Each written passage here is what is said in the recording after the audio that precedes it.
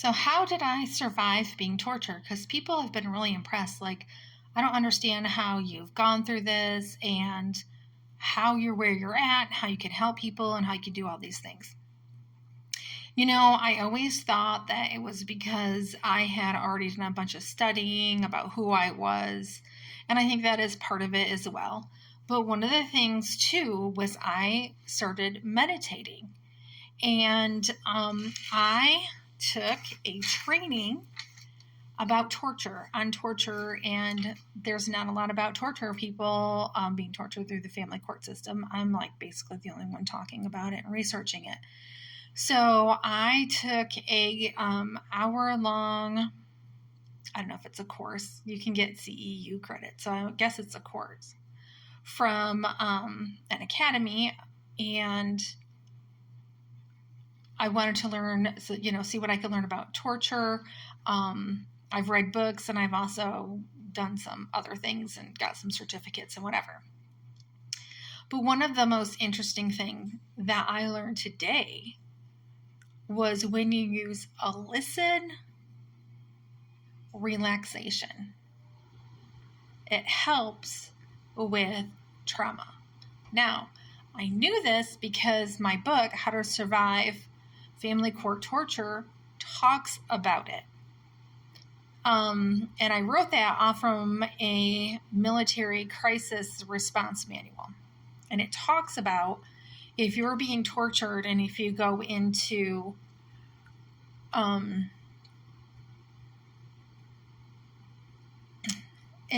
meditation, that's how a lot of times you can survive some of the torture. If you're being tortured, how you can survive it. So what I was doing was I was doing illicit relaxation. That does not mean y'all go out and get some drugs. It's not what I'm talking about here. I don't use drugs. I've never been high. I've never done illegal drugs or marijuana or any of that stuff. So that for me is not a healing modality for me. And I don't know if it'll do the same thing. But what I was doing was I was doing relaxation.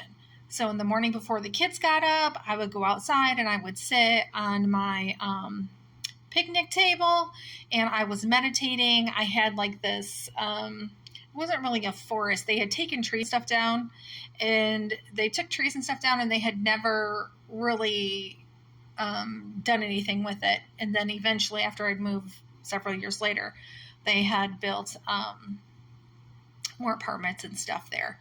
But I could look out. It was like woodsy, and what I was trying to do was quiet my mind. That was kind of my goal, just to try and stop me from thinking so much. And I would focus a lot on my breath. And that is the number one way that you can reduce stress.